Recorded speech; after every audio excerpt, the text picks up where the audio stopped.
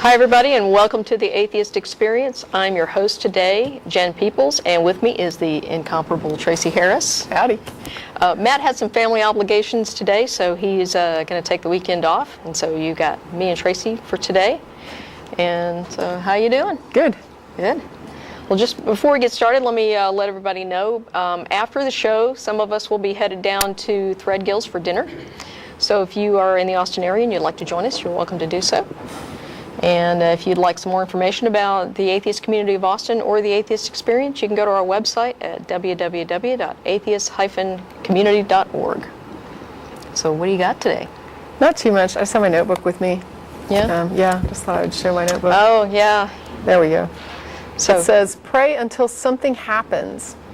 And it's not even a joke. I mean, this is like a real religious notebook that I got at a store that, they don't sell, they have like a little section where they sell kind of, religious things. And I found that to be particularly funny because this is what they actually tell you to do when you go to church and when you're a Christian is pray until something happens. So, in other words, I remember that, I think mostly when I was trying to decide whether or not I believed in God when I was, very young and being indoctrinated, and you would just pray and pray and pray, and they would just be like, just keep trying, and if you do it right, God will give you a sign, just keep looking for that sign, keep looking for that answer.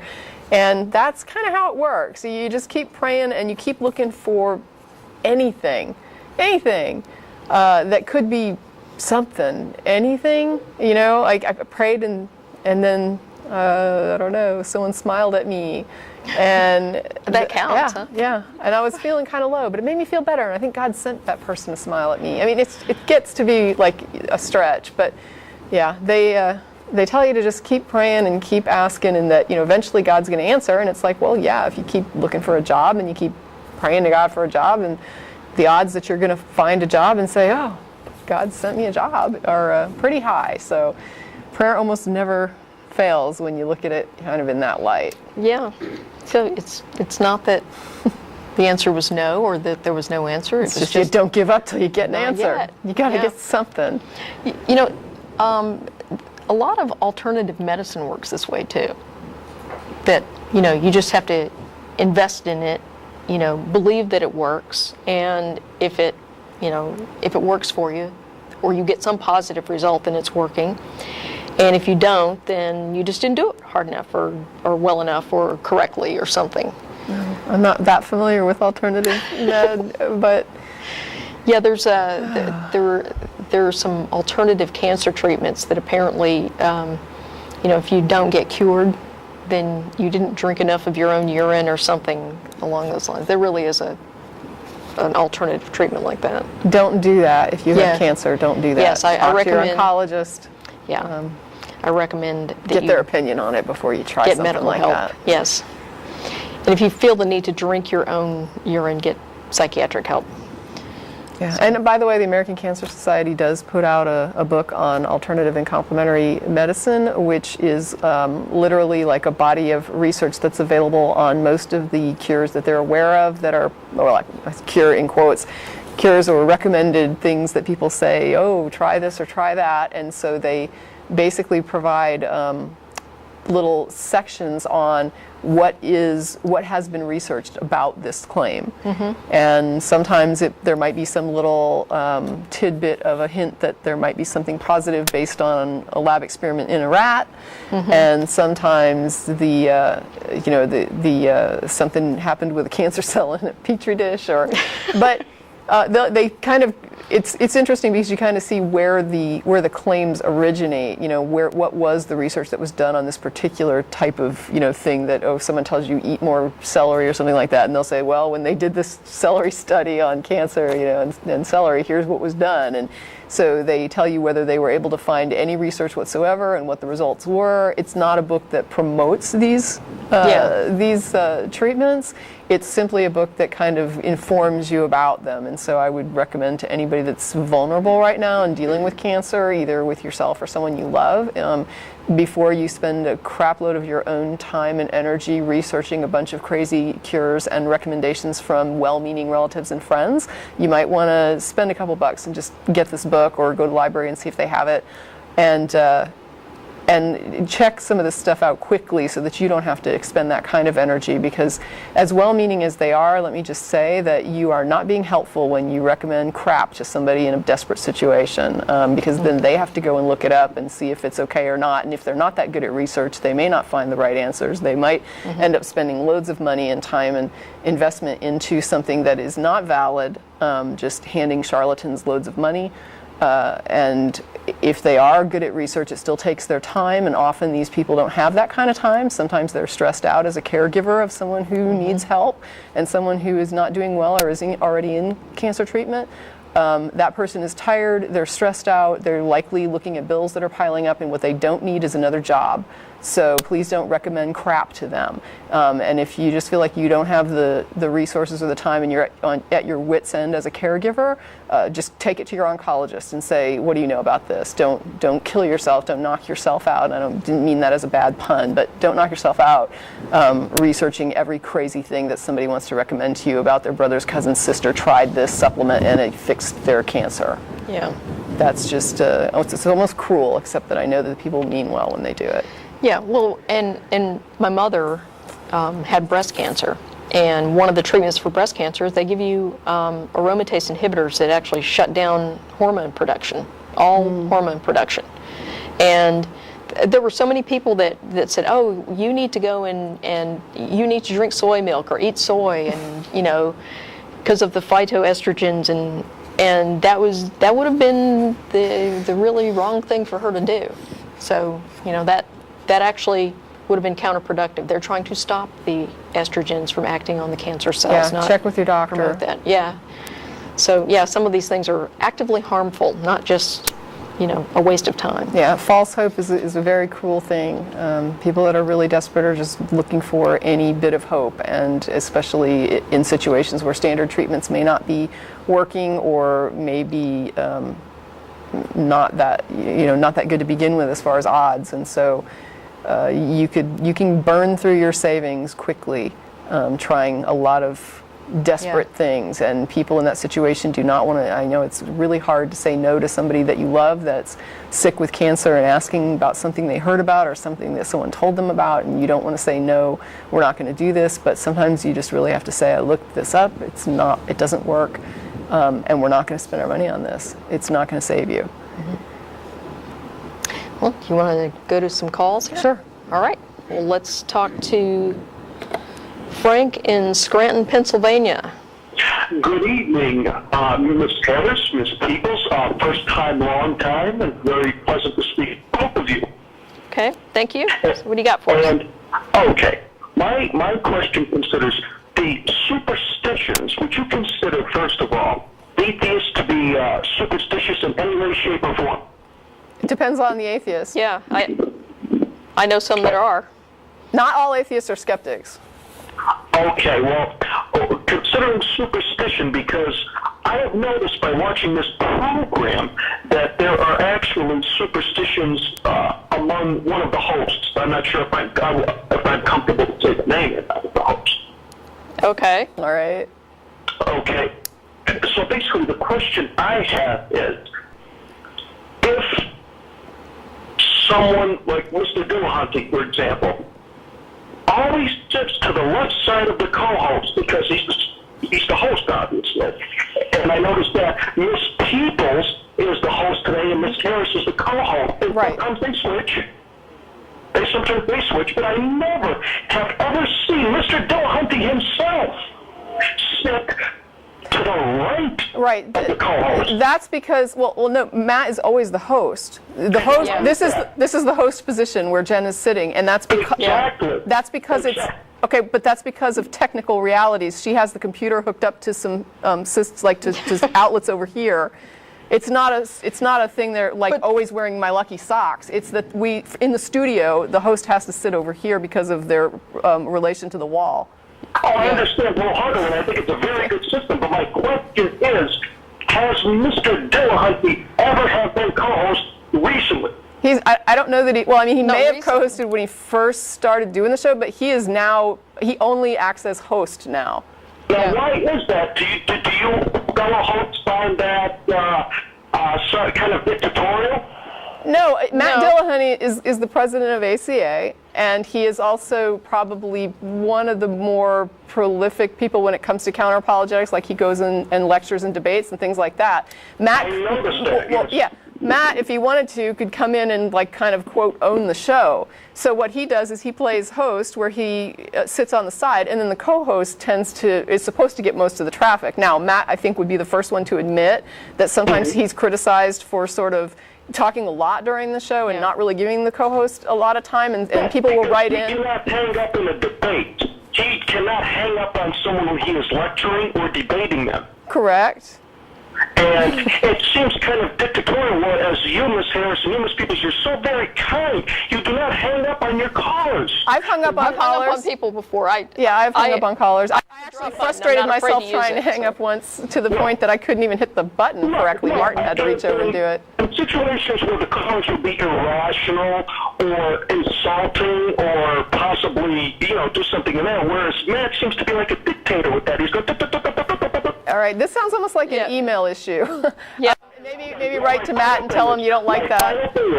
My final thing is, I believe that, Ms. Harris, you have an infinite more knowledge than Mr. Dillahunty, so would it ever be possible for you to be host? I hosted a few times. I suck as host, which is why I don't host. Really? Yeah, I don't like to host, and I'm horrible with the phone thing. I'm like terrible with it, and I don't pay attention to the notes from the studio, and I'm just not good.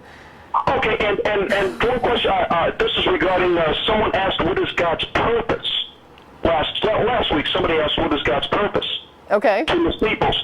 Could God's purpose be to create purpose, just like the purpose for your shoes? What create the purpose for your shoes? Your feet. Well, You know what I'm saying? I don't believe that God exists at all. So. Well, if he exists to It's create irrelevant. purpose, he's doing a really crappy job, because I don't Yeah. see purpose to a whole lot of things. Right. Well, of course. God could exist who isn't all-powerful, all-knowing, all-loving, never-changing, and ever-present. Do you Yes. agree? Yeah, anything could, a unicorn could exist that's not, yeah, so yeah. I mean, Okay. if we're going to talk about hypotheticals, you could just build whatever you want to build. Right, but do you believe that Matt is creating step-foot atheists, pretty much? Like, you're sitting at the right hand of the host, meaning the right hand of the father, subconsciously now. Of course, he's not going to be... No, this is not Matt. Matt didn't build the studio. Yeah. Obviously not. Okay, so Well, it's and- not his plan. I think you're taking a religious imagery, the right hand of God, and you're applying it to a logistics of how the studio is built, which is really weird. And you realize there's nothing magical about either of these chairs. Tracy and I could switch positions right now and nothing would change. Except that it would be harder for her to host. Yeah. Okay. I don't mean that in that sense, but I believe that do you believe he's using the show as a stepping stone? Like he's going to leave everybody behind once if he is in the process of writing the book? No. No, okay. I mean, I do think that Matt has done it for a very long time, and I don't expect that he's going to do it forever.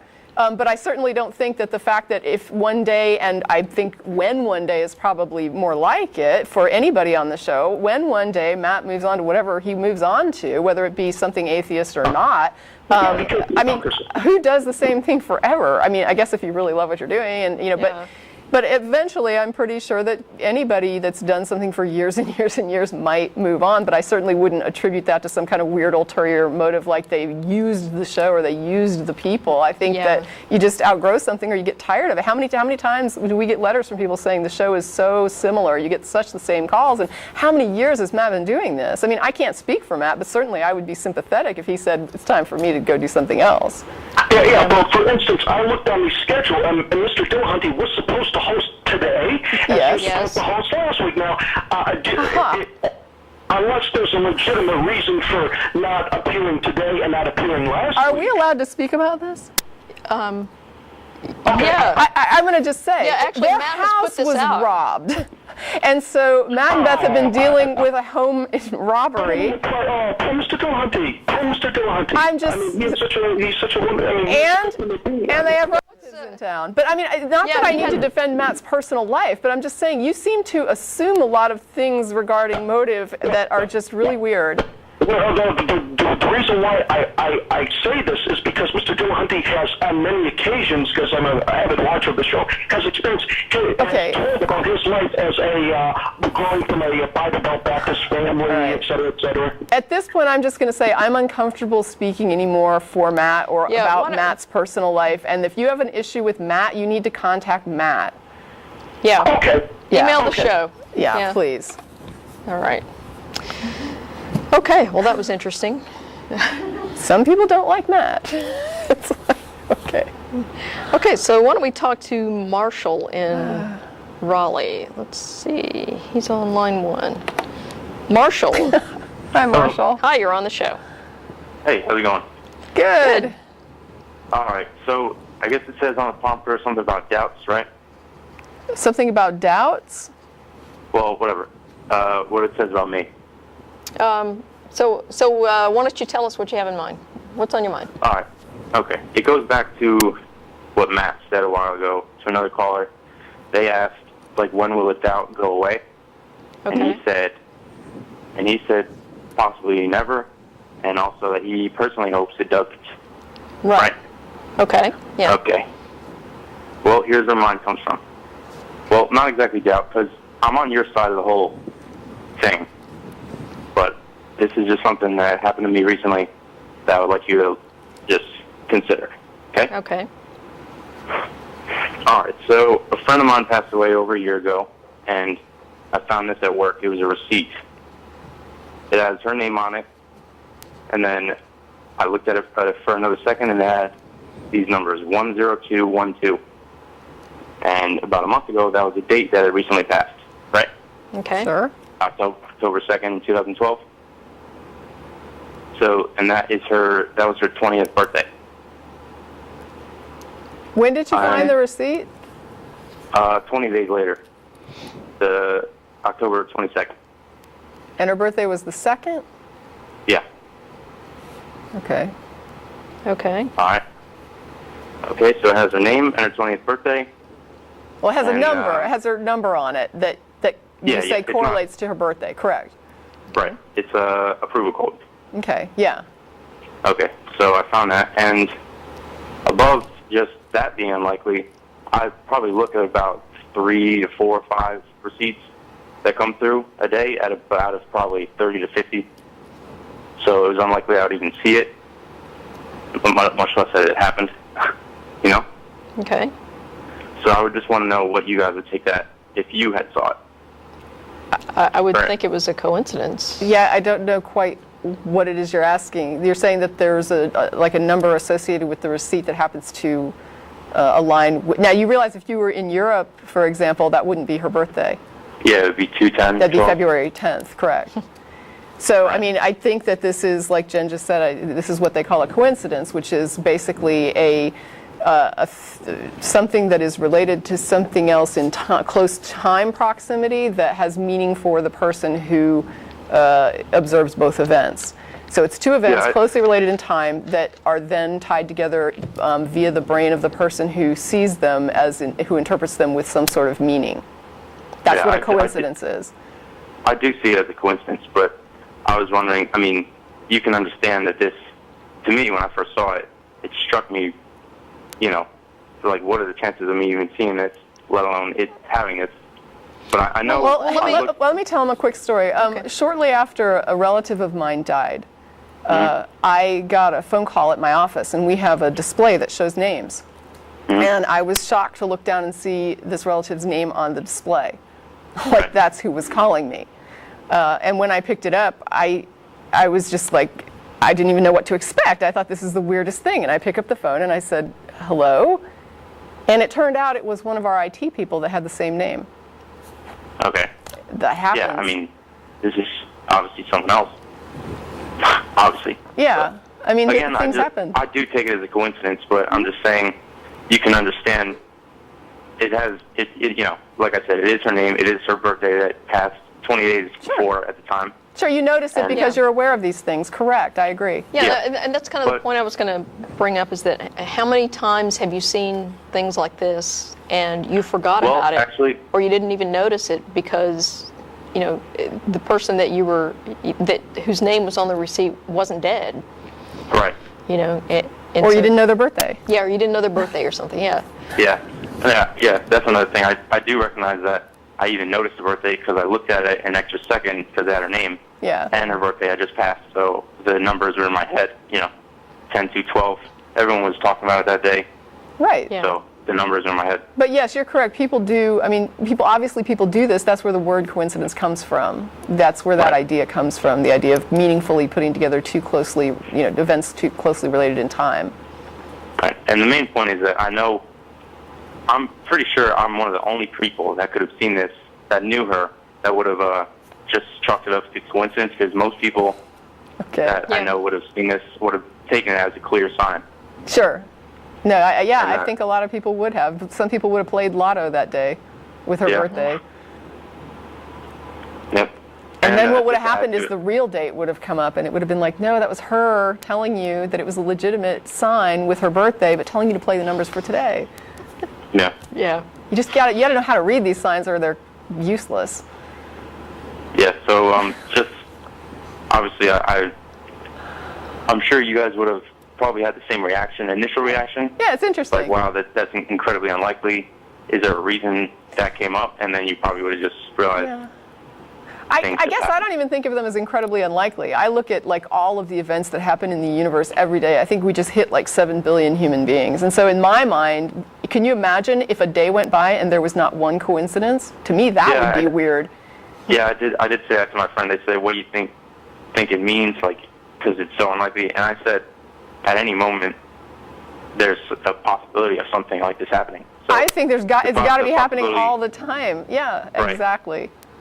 So it's probably more likely that something like this happens around the world somewhere than it doesn't. Yeah. Well, Carl Jung, he wrote Synchronicity as a response to coincidences. I mean, he was very bothered by coincidences, and of course he had like his own personal history that had to do with some weird religious ideas from his mom. But he was a brilliant guy, but could not shake the idea that a coincidence is meaning made in your head.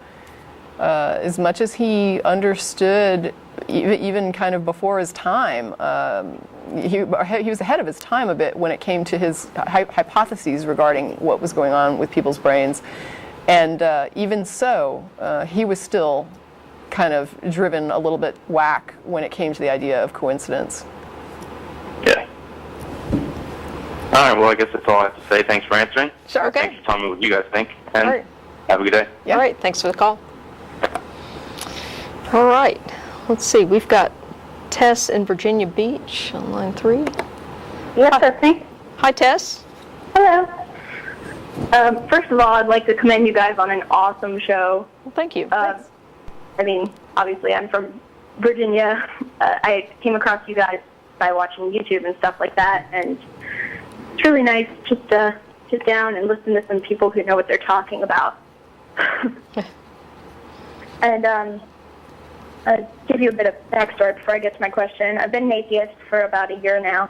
It was actually the night before I got confirmed that George Carlin graced my computer screen, and I saw just how absurd some of the Christian claims were, that I came to my senses and dove deeper into atheism and realized that that's how I categorize myself. So did you go through with the confirmation? Yes, I did, but only because I knew I would be, like, having to go to the classes still. Yeah. My mom had said that. Okay. But, yeah, it's been about a year, and I've had a hard time with it because my family's extremely religious. My best friend is studying to be a youth minister right now, and I just really have no atheist friends. Thankfully, I found your show, and I feel a lot less alone. And I particularly had issues with my mom. I hate to belittle, like, the problems a gay kid would go through, but I almost feel like coming out as an atheist to my mother was like coming out gay because I experienced quite a bit of rejection. Wow. Yeah. And my mother was in denial, and she had some things she said some things she's never said to me before, and it just wasn't pretty. And going out to college has helped a bit, but I still don't have the same kind of relationship with my mom. And I'm not trying to convert her, and I completely respect her views, but what I wanted to ask you both is, like, have you had a similar experience with family or friends who weren't atheists finding out that you were? Like, I've tried talking to my mom even months after the fact, after giving her time to calm down. so I guess to kind of add on to the question is, how do you explain to like a hardcore, logic oblivious Catholic that your atheism is just as real to you as their Christianity?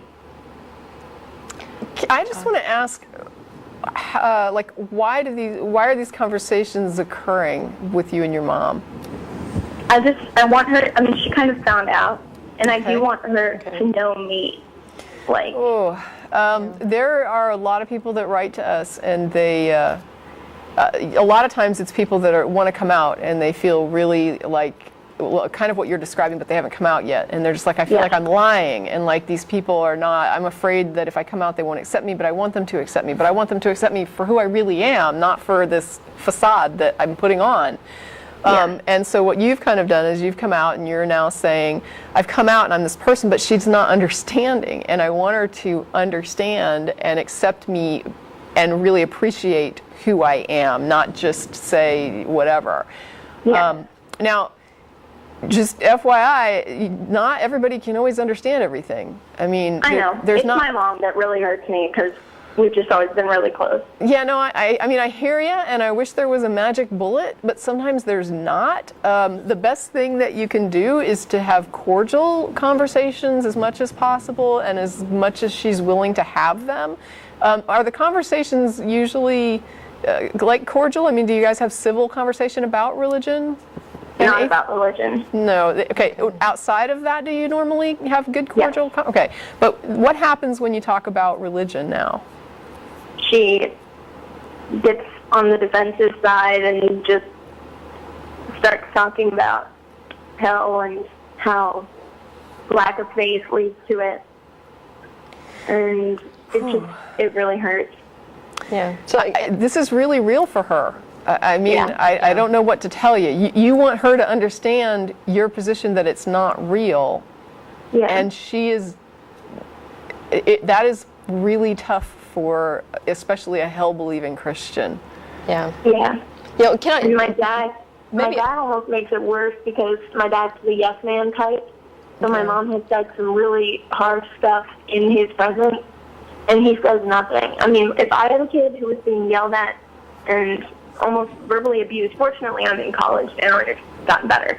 But like, I do consider what I went through around my senior year to be verbal abuse from my mom, and he just kind of did nothing. What is his position on this whole religious thing? I mean, we just had a conversation on the car ride over here just about, he thinks, like, pretty much how I think the idea of a benevolent God is just ridiculous when compared to the stuff that happens in the Bible. But he's just not the kind of man to say that because he knows it would hurt my mom. And they're madly in love. Like, they've had 25 years in marriage and they're just great together. But my dad is just not the kind of person to come forth with his religion. Is he an atheist? He wouldn't say he's an atheist. He's definitely not a Christian. I mean, he said he's looked at other religions and Buddhism is the only thing that kind of makes sense. But I think you might have an atheist. You might have an atheist dad who doesn't want to endure the same thing you're enduring with his wife.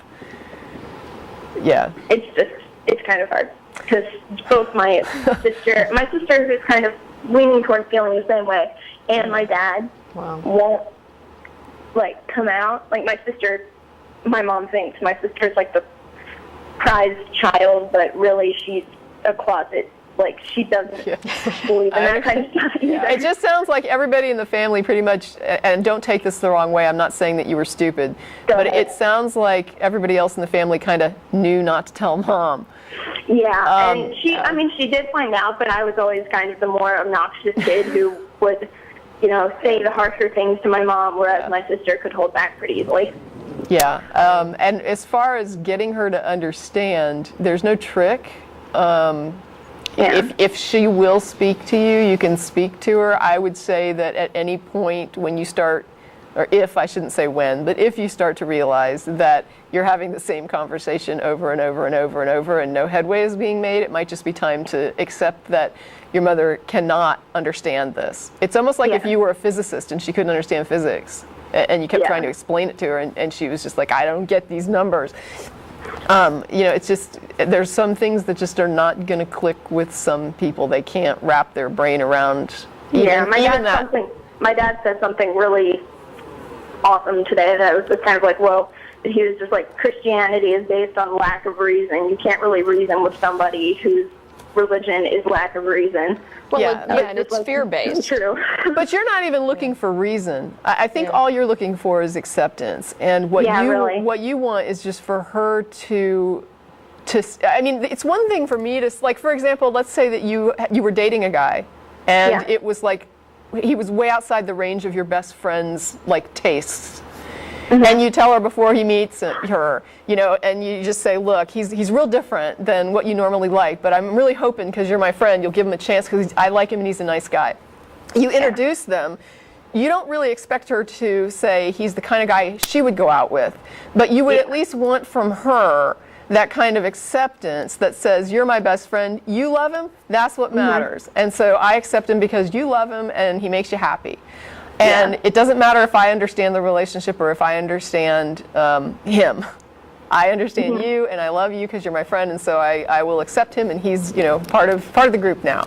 And that's kind of what you're saying about your mom. It's not so much as you're saying I want her to understand atheism. You're just saying that you want her to be okay with you as you are. And sometimes all you can do is be okay with yourself as you are and just understand that some people can't accept some things. Fortunately, I am because of all of her crap that I've taken. But I'm very comfortable with myself. But I mean, keep trying to speak to her until and unless you decide that it's useless. Well, thank you guys. I watch your show a lot. Sorry, I don't know how helpful that was. Oh, that was just to know that there's somebody. I just needed to talk to another atheist, honestly. Okay. Well, have you tried reaching out to other atheists, like on Facebook or something? Yeah, forums are great. I'm trying to see if there's some sort of atheist club here at the college that I go to. Oh, yeah, definitely. Secular Student Alliance. Yep. Contact them. Yeah, and I know one of my roommates would definitely have contacts, but the thing is, she's a Christian. And so both my roommates are Christians because. Yeah. Guess who put on my application that I'm a Christian? Thanks, Mom. Yeah. But I do love my roommates. I mean, they're more accepting, and they do know I'm atheist, but I don't like go into depth with them. Yeah. Okay. Well, definitely reach out to a Secular Student Alliance group, and if you don't have one at your college, start one. Yeah. Okay. Great. So, well, thanks for the call. Thank you, guys. All right. Bye. Bye. Okay, so we have Kyle in Washington State here. Hi, Kyle. You're on the air. Hello. Hello. I'm calling about what Tracy said before you started taking calls. Okay. Regarding treatments for cancer and how it's probably best not to pursue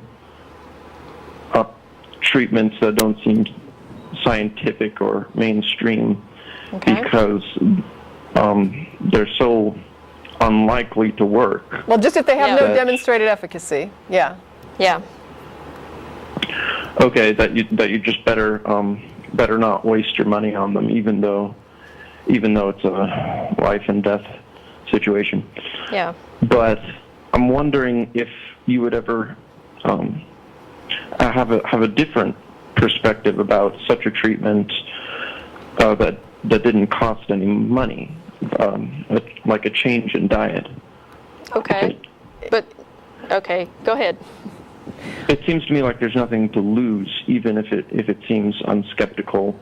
Okay. Or let me ask you something. If you had a terminal illness, and because of this you thought, I have nothing to lose, and you made a change to your diet, but you started eating foods that you didn't like, do you think that would be costly?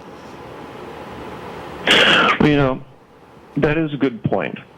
I suppose there would be a cost like that if you're enjoying your what's left of your life less than you did before. Right. But let's say you still do enjoy. Let's say it's a vegan diet, and let's say you enjoy vegan alternatives. I can answer your question because my husband had cancer. And we went through this, which is why I feel like I feel about it, because I really resent all of the people who made worthless recommendations. I don't really resent the people so much as I resent those events. When a person is taking care of somebody with cancer, they do not have a lot of energy, they don't have a lot of time, they often don't have a lot of money. And when people start saying, hey, you should try this supplement, or you should try this or that, what it means for that person is hours and hours and hours of research on the internet to find out that there is no demonstrated efficacy to what you just recommended. Now, if I was the person who was actually sick, I think it would even be worse. Because then I would have to be, and it's not like you're just getting one recommendation. You are getting showered with recommendations from well-meaning, unskeptical friends and family. And it is stressful, because you feel like you want to do anything and everything you can possibly do to save this person's life. You would do anything that you could do to save them. I can't even begin to imagine the desperation and the vulnerability of someone who has a child with cancer. This was just my husband. If this had been my child, I don't know if I would have been able to maintain reasonability. But what I had to do was research everything. One of the books I got was the Alternative and Complementary Medicine book from the American Cancer Society. What I told my husband was, we will try anything and everything that has any demonstrated efficacy, that shows any kind of improvement in a laboratory environment, as long as it's reasonable to where we can afford it, and where it's not going to hurt you or conflict with your standard treatment that you're using. There is a division that some people draw that not everyone draws, which is between alternative and complementary care. For the record, my understanding of the difference is that alternative medical treatment is what you do instead of getting real medical treatment.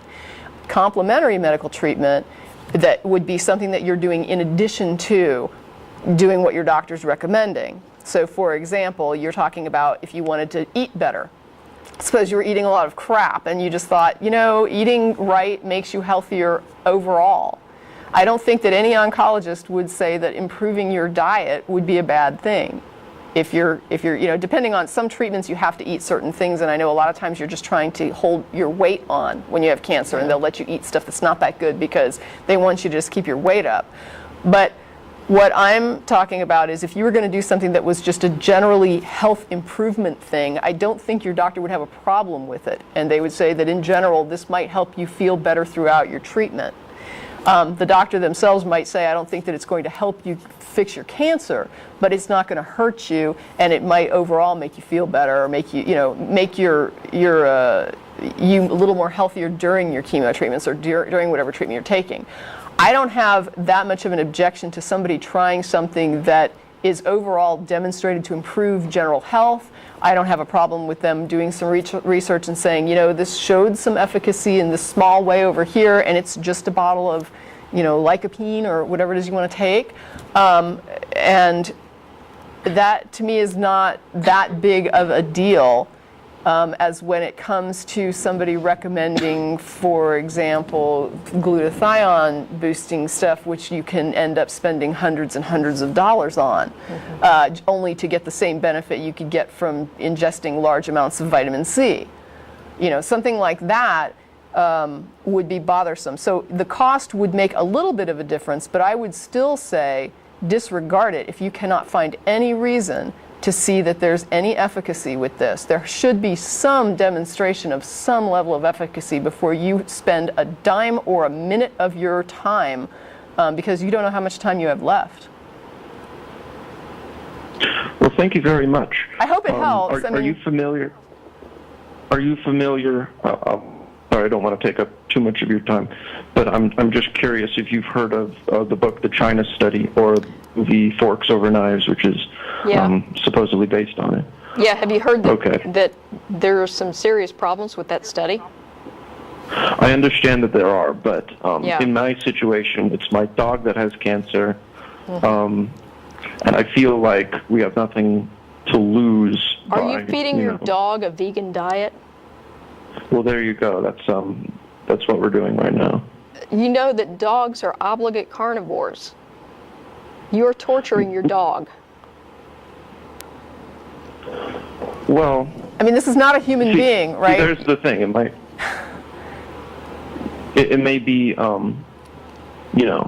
not ideal and not healthy, but we know he's most likely going. It's not only not because ideal. Of this cancer anyway. It's not only not ideal. You're actually torturing this dog. Dogs have to eat meat. Have you spoken to your vet about what you're doing? Yes. And the vet is okay with this? Yes, actually, there's a good deal of research into vegetarian and vegan diets for dogs. Yes, for dogs. They're carnivores. They evolved to eat meat. Yeah, I mean, this is a biological reality. They cannot survive on a vegan diet. You're killing this dog slowly. You may as well take it to the vet and have it euthanized It's not completely humanely. vegan. There is still meat involved in it. Then it's not vegan Then at all. it's not a vegan diet. Are you saying that you're adding vegetables to the dog's diet? I mean, is that all We're you're trying saying? to reduce the meat and dairy. Why? Dairy I can kind of see. Yeah, dogs probably shouldn't be eating dairy products anyway, but why are you reducing the meat in the dog's diet?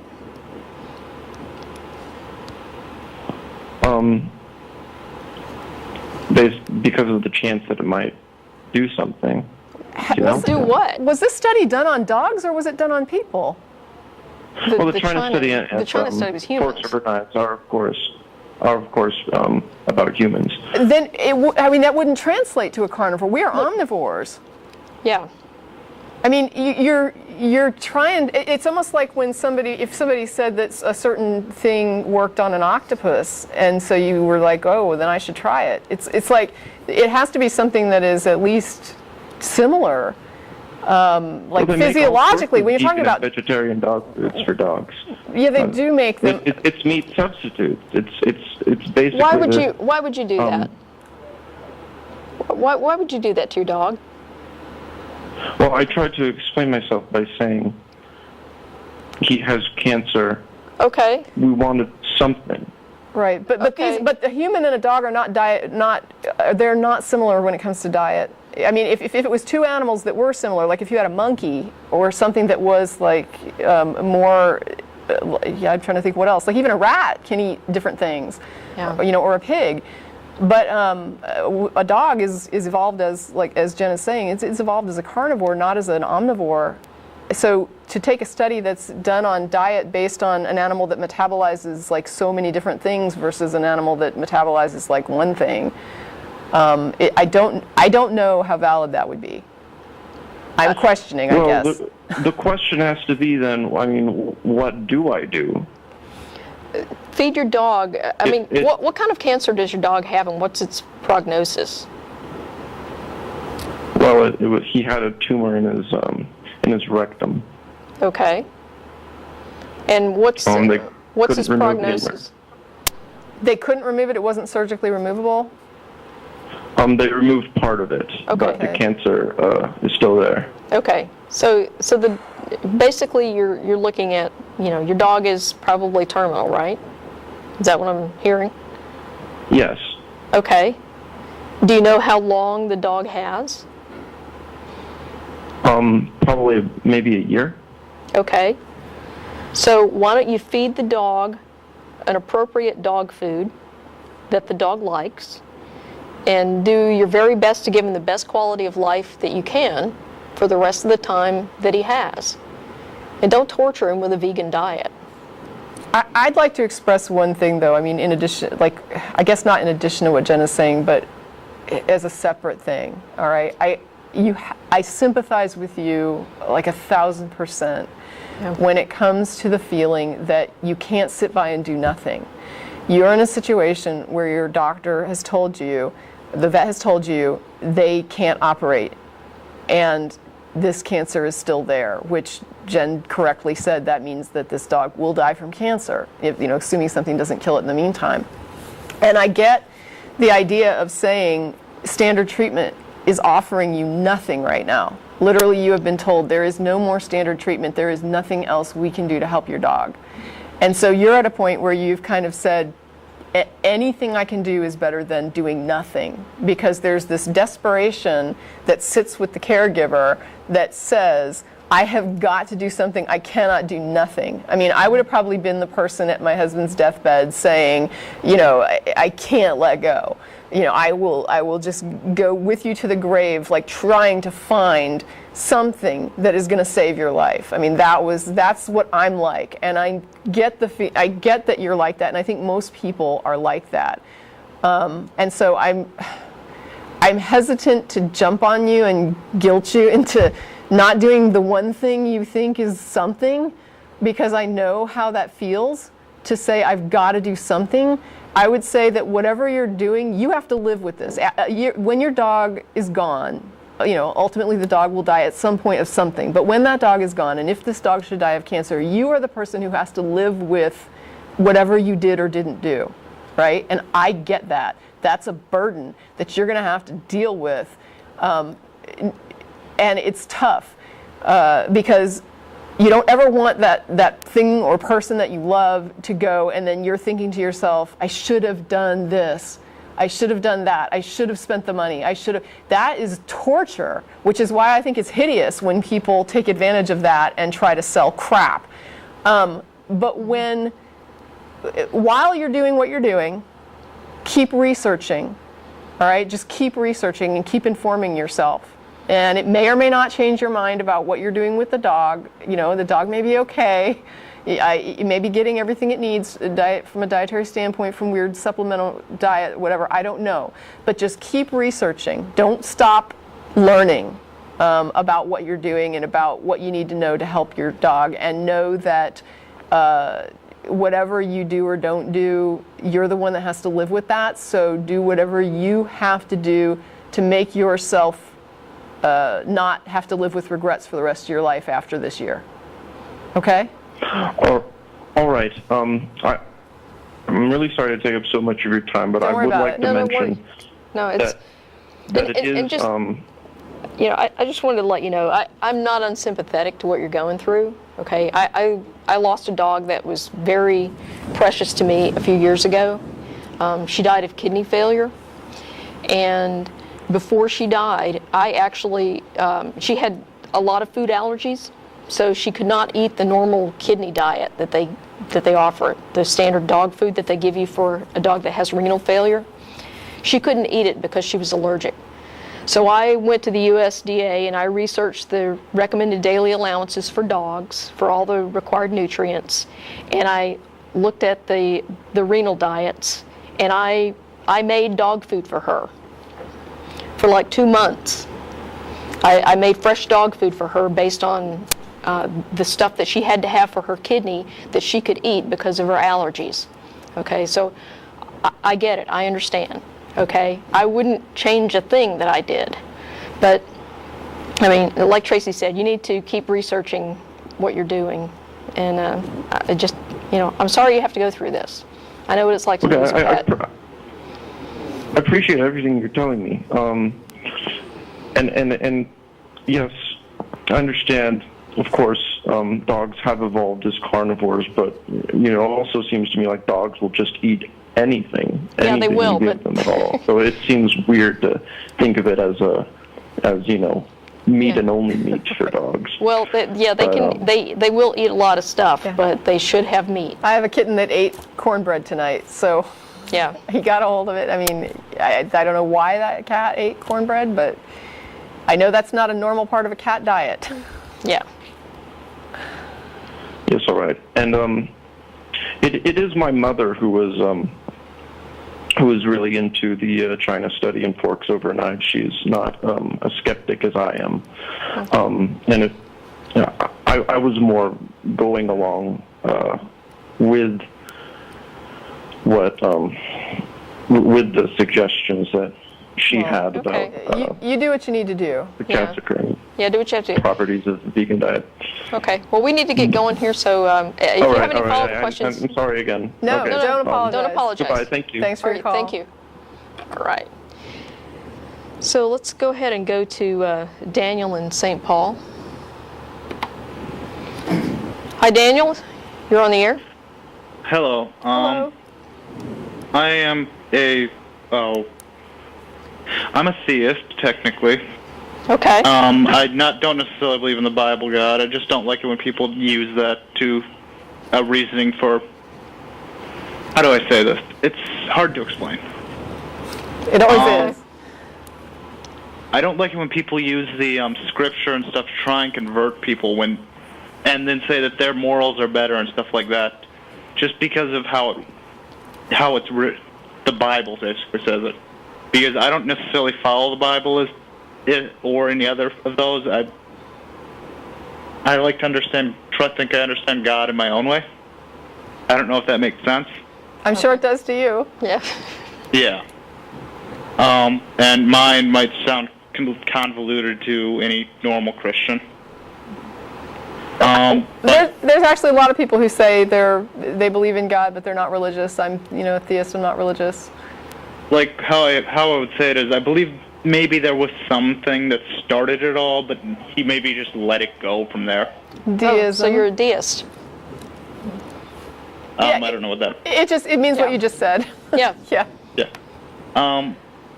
But see, I hate it when they use things in the scripture, like when it says that basically the morals are better. I mean, the Bible literally says you can punish other people for your sins, and you get forgiven for that. Yes. Yeah. And yes. Your children have to bear your sins. Sometimes. Yeah. According to the Bible, and that's moral. Yeah. Also, another question is, why would God allow someone to be born an atheist, knowing that they would become an atheist, and still let them be born? And I don't want to hear I don't like it when people say from the Bible they say He also gave us free will, because it doesn't say anywhere in the Bible that it gave you free will. No line in the Bible says that God was the one who gave you free will. Well, yeah. I mean, I guess technically humans took it when they ate the fruit. They just did what they wanted to do. Which sort of leads me to believe that it wasn't God who gave you free will, it was the snake, which the snake is a representation of, I believe, Satan. Yeah. I think later he became associated with Satan. I think in Eden he was just an animal in the garden. Just a serpent. He was craftier than all the other animals. Yeah. Crafty serpent. Yeah. I'm sorry. I'm looking at the upstream comments. Oh, okay. A lot of them are really funny. All right. Okay. But it's I like your show. It's a great show, but thank you. And I believe both atheists and theists are misrepresented on the show, because you either have the extremes or the people who don't really explain their point. They just stutter on for hours. Well, yeah. Well, and I would actually disagree with you on there, because most of the theists who call the show, they actually express very common beliefs that theists, particularly Christians, have. So people think that the people that call our show are, extreme, or they're not representative of mainstream beliefs. But these are actual ordinary Christians who call the show. But, I mean, you're basically even saying that there's a type of Christian that bothers you, and it's the biblical literalist, that you don't really care for that perspective. And, I mean, that's sort of a stereotypical perspective, but it's built on a I mean, they work hard to be homogenous. Don't they? They go together and they talk about what they believe, and they try to make sure they're all on the same page with what they're preaching and what they're teaching and what they're thinking. Isn't that what the biblical literalist is really all about? Yeah, I'm sorry. The comments on the upstream thing are amazing. Let's pay attention to the call. Yeah. Okay. I'm getting closer. You can read the comments after. Yeah. All right. Okay. So you just wanted to say that you don't agree with them, or? I wanted to say, also, pose a couple questions on why. I believe I asked last time, but it was I was leaning towards I was on a couple of weeks ago. Okay. But I was posing my question towards the guy when you were also co-hosting, I believe. Okay, it might have been Russell then.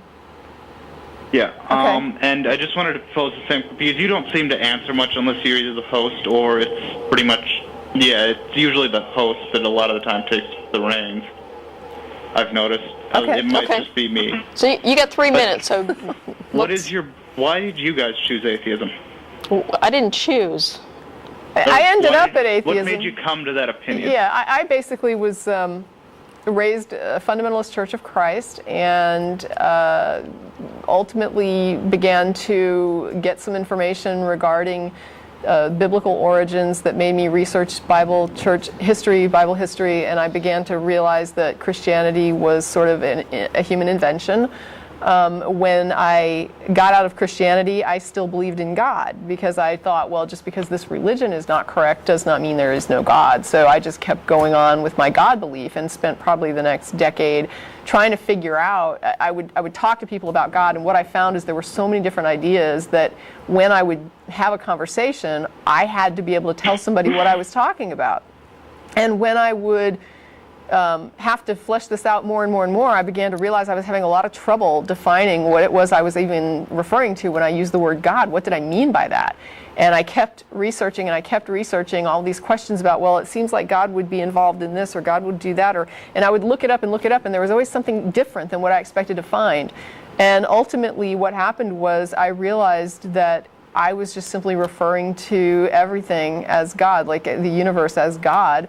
And I looked that up, and I saw pantheism, and I was like, oh, that's kind of like what I'm saying, is that it's just the universe. And then I thought, why are they saying pantheist? Why don't they just, that's atheist? So I just was like, I guess I'm an atheist at that point, because I don't really think there's anything beyond what it is we can, if you can't find something to refer to that is God, if there's nothing there other than what is there, what else could you possibly mean? And so that became the problem, was if you're talking about something that doesn't exist, that cannot be, a point of reference, then what in the world are you talking about? Can I ask a quick question because I don't want to ask this before the time runs out? Sure. Yeah, we've got 30 seconds, so let's go. Okay. What do you find more comfort in? The certainty that there is no God and there is no life afterwards, or the certainty that there is? Which one do you believe you would find more comfort in if you did? I don't claim certainty. Yeah, I mean, I'm not really worried about certainty, but my current belief that there is no God is, to me, it's not. It's sort of 6 of one, half dozen the other. I mean, I don't have to worry about whether or not I'm going to make it into heaven or hell. That's kind of comforting to be able to let go of that. But at the same time, I mean, to die and that's it. It doesn't bother me. And we got to go. We are out of time. And if you are in the Austin area and you would like to join us at Threadgills, we will be there shortly. Southside location. See you there.